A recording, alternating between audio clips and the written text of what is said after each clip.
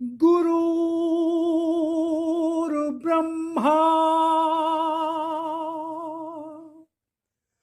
गुरुर्विष्णु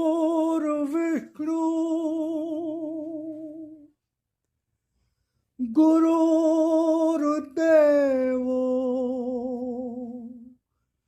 महेश्वरा गुरुर्साक्षात् परब्रह्म तस्मै श्री गुरुवे नमः।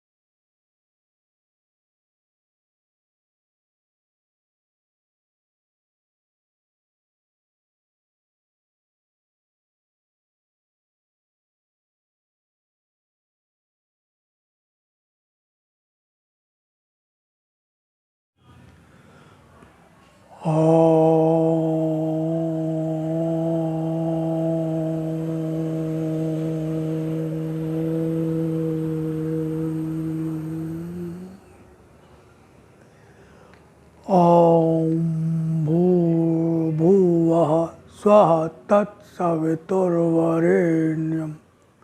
भर्गो देवस्य धीमहि धियो यो नः प्रचोदयात्।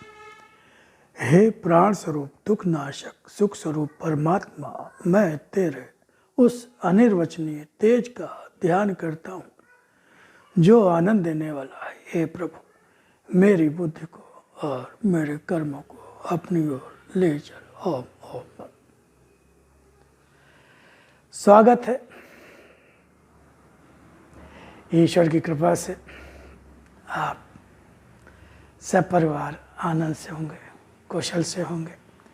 आज हम चर्चा करेंगे, श्रवण करेंगे परम पूज्य श्री कृष्ण चेतना अवतार परम पूज्य देवी माँ की प्रार्थना। क्योंकि जैसा कि मैं शुरू से कहता रहा हूँ और एक साथ निवेदन और करता हूँ कि जो लोग पुराने हमारे साथी हैं, मित्र जो सुनते आ रहे हैं, देवी माँ की प्रार्थना के बारे में मैं थोड़ा सा बताता हूँ एक, तो वो स्किप कर सकते हैं। मैं टाइमिंग डाल देता हूँ। जिस समय परम पूजा देवी माँ की प्रार्थना शुरू होगी उसका वाचन करूँगा तो वहाँ से वो उसको सुन सकते हैं। अगर समय का भाव है तो, नहीं सुन सकते हैं तो बहुत अच्छी बात है। तो प्रार्थना, चूँकि प्रार्थना भक्त के जीवन का प्रमुख अंग होती है।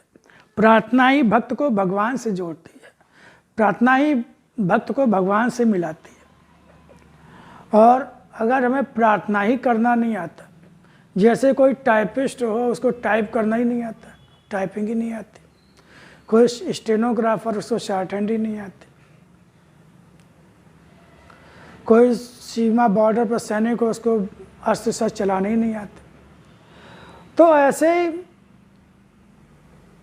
भगवान भक्त की आतुर पुकार को ही सुनते हैं। हम अज्ञानता में जिसको प्रार्थना मानते हैं उसमें हम संसार मांगते हैं। संसार तो कर्मों से मिलता है, संसार प्रार्थना से नहीं मिलता है। संसार मिलता है कर्मों से, और हम प्रार्थना में संसार मांगते हैं।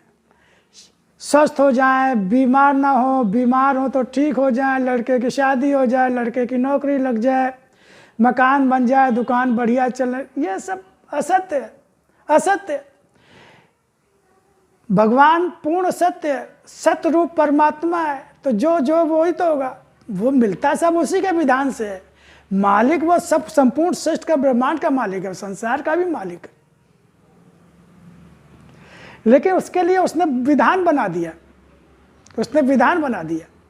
कर्म करो, कर्म प्रधान विश्व रच रखा, कर्म प्रधान विश्व रच रखा, जो जस करहि सो तस फल चाखा। तो भगवान से प्रार्थना करो कि भगवान हम आपके हो जाए, आप ही हमारे एकमात्र हो जाए। बाकी दुख कष्ट तो हमारे कर्मों का फल है, वो तो भोगना है, लेकिन जब भगवान हमारे हो जाएंगे तो वो भी भगवा देंगे। इतनी शक्ति सामर्थ्य आ जाएगी आपके शरीर में, बुद्धि समझ में आ जाए कि वो हंसते हंसते आप सब बड़े से बड़े कष्ट भोग लोगे आप। लेकिन वही रुपया पैसा धन दौलत वो भगवान देते हैं। कहते हैं रुपया पैसा धन दौलत संपत्ति पत्नी पुत्र परिवार पद प्रतिष्ठा जो कुछ तुम्हें मिला यशोर, ये मेरी कृपा का फल नहीं है, ये मेरी कृपा का फल नहीं, ये तो तुम्हारे कर्मों का फल है जो मेरे विधान के अनुसार तुम्हें प्राप्त। निर्णय मेरा ही है लेकिन मेरे विधान के अनुसार मिला। तो हमें प्रार्थना करना समझना होगा, प्रार्थना करना जानना होगा। प्रार्थना सही प्रार्थना न करने के कारण ही हम परेशान हैं। रोज मंदिर जाते हैं, रोज मंदिर जाते हैं, रोज सुबह शाम पूजा पाठ लोगों के यहाँ होती है, हम सब लोग करते हैं, और हनुमान चालीसा पाठ करना और व्रत रखना वह सब कुछ, लेकिन जीवन में कोई बदलाव नहीं रहा, जीवन में कुछ अच्छा नहीं हो रहा। क्यों नहीं हो रहा? इसीलिए नहीं हो रहा क्योंकि हमें प्रार्थना करनी नहीं आती। हमें जो मांगना चाहिए वो मांगते नहीं, वो मांगते हैं जो वो देते नहीं है, और जो देने के लिए वो तैयार है वो हम उनसे मांगते नहीं है। कृपा संख्या आशीर्वाद जो सतरूप कहते हैं, इसे तुम सतरूप में देखते ही नहीं हो। कृपा संख्या आशीर्वाद ही मेरा सतरूप है, उसे तुम उसे सतरूप में स्वीकार ही नहीं करते। तो इसको हम सुनेंगे, ध्यान से सुनेंगे। मैं प्रार्थना शुरू करता हूँ।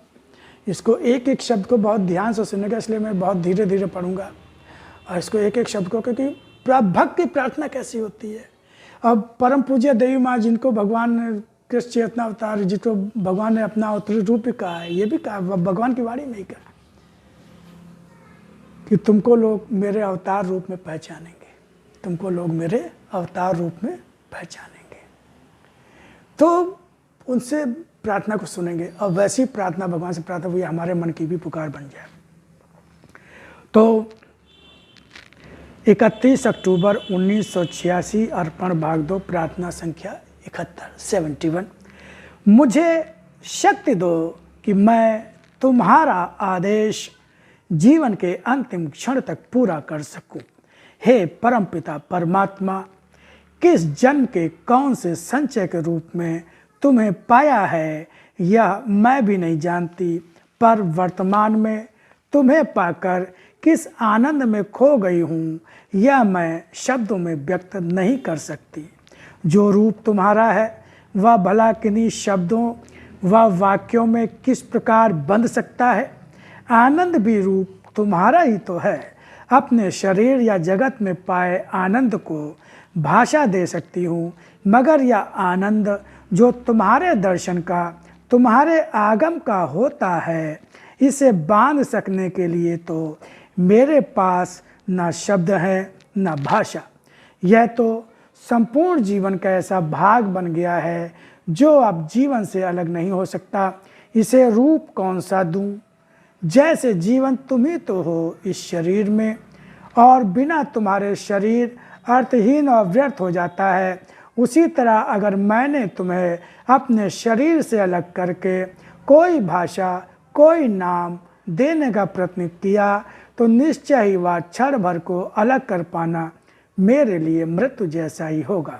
और मैं जानती हूँ कि तुम कभी भी मुझसे अलग होगे नहीं, जिसका और कोई आधार न हो, जो तुम्हारा ही संबल, तुम्हारी ही शक्ति, तुम्हारा ही विश्वास लेकर जी रहा हो, वह तुमसे अलग हो नहीं सकेगा। या तुमसे अधिक कौन जानता है। और अपने भक्तों पर प्यार की अविरल वर्षा करने वाले, अगर मैं कभी मूर्खतापूर्ण कार्य कर बैठूं या अज्ञानतावश मुझसे कुछ ऐसा हो जाए जो नहीं होना चाहिए, तो मुझे क्षमा कर देना मेरे परमात्मा। मुझे दंड देना कठोर से कठोर भी, मगर कहीं हाथ न छोड़ देना। आज का यह जीवन तुम्हें पाकर स्वयं में धन्य हो उठा है। मुझे शक्ति दो कि मैं तुम्हारा आदेश जीवन के अंतिम क्षण तक पूरा कर सकूं। तुम्हारा कार्य मात्र मुझसे या अपने भक्तों से करवाने का तो दिखावा मात्र है। यह तो तुम्हारी परीक्षा है अपने भक्तों के लिए, अन्यथा क्षण भर में सारी सृष्टि के कण कण का रूप बदलने वाले तुम्हारे लिए क्या कुछ भी ऐसा है जो मनुष्य तुम्हारे लिए करे, वह तो स्वयं अपने लिए ही कुछ नहीं कर सकता, मगर दंभ भरता है तुम्हारे लिए कुछ करने का। फिर भी अगर यह परीक्षा है तो भी इसकी सफलता भी तो तुम ही हो। जब तक तुम ही नहीं आओगे सफलता कहाँ मिलेगी। मुझे तुम्हारा सहारा हर पल बढ़ाता रहे। थके पांव कहीं गतिहीन शक्तिहीन होकर न बैठ जाएं, इनकी गति और शक्ति बनकर आ जाओ। जब भी तुम्हारा स्मरण करके बढ़ूं, मैं तुम्हारा कार्य करने हर पग स्वतः उठता चला जाए, मगर यह याद आए कि पांव शक्तिहीन और कष्ट से थमे हुए हैं। जो मुझे दिया वह तुम्हारा ही तो है, वह इस शरीर का कुछ भी क्यों न हो। चाहे शरीर या संबंध या समाज, हर कुछ अपना मानकर बैठ जाने से भी मनुष्य भटक जाता है, मगर जो तुम्हें सब कुछ देकर अर्थात तुम्हारे चरणों में समर्पित करके निश्चिंत मन लेकर बैठ जाता है, वह तो तुम्हारे चरणों में ही सब कुछ पा जाता है। जो तुम्हारे चरणों में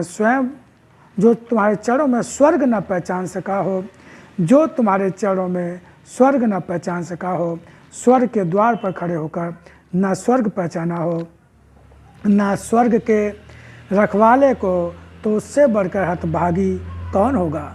पर मैंने तो तुम्हें दिया अपना कितना और किस तरह, यह तो बताना नहीं होगा हे अंतर्यामी। मगर आज जब स्थिति आई है तुम्हें पुकारने की, उस स्थिति से उबारने तुम्हें ही आना होगा। भव सागर में डूबी मैं स्वयं कहाँ उबर पाऊंगी। यद्यपि जब भी कोई स्थिति आई, कोई भी ऐसी स्थिति नहीं जो तुमने स्वयं अपने ही हाथों में आकर न थाम ली हो। मैंने तो तुम्हें देखा है और पाया हजारों बार, और देखा है तुम्हारे हाथों को, जिन हाथों ने संवारा है, मुझे बचाया है और जीवन को कितना ही मान सम्मान देकर, कितना ही ऊंचा ले जाकर बैठा दिया है मुझे। मगर चारों ओर बढ़ती आसुरी शक्तियाँ प्रतिपल सक्रिय होकर राह में आने का प्रयत्न कर रही हैं। यह क्या तुमसे छिपा है।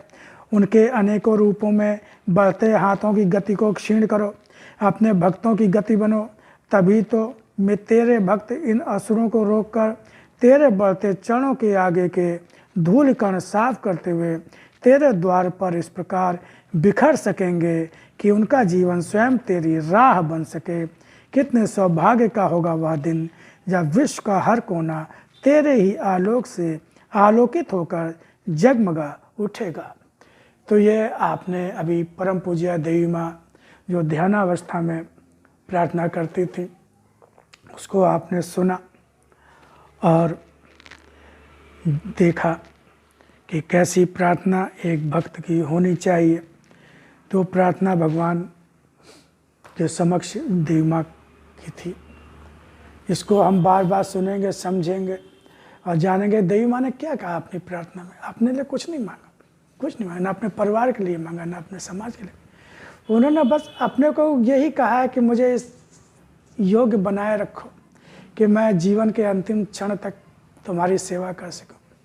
तुम्हारे भक्तों को जो तुम्हारी भक्ति में आना चाहते हैं, तुम्हारे भक्त बनना चाहते हैं, उनको मैं मार्गदर्शन कर सकूं, उनको तुम्हारी राह पर लगा सकूं, उनके आंसू पूछ सकूं।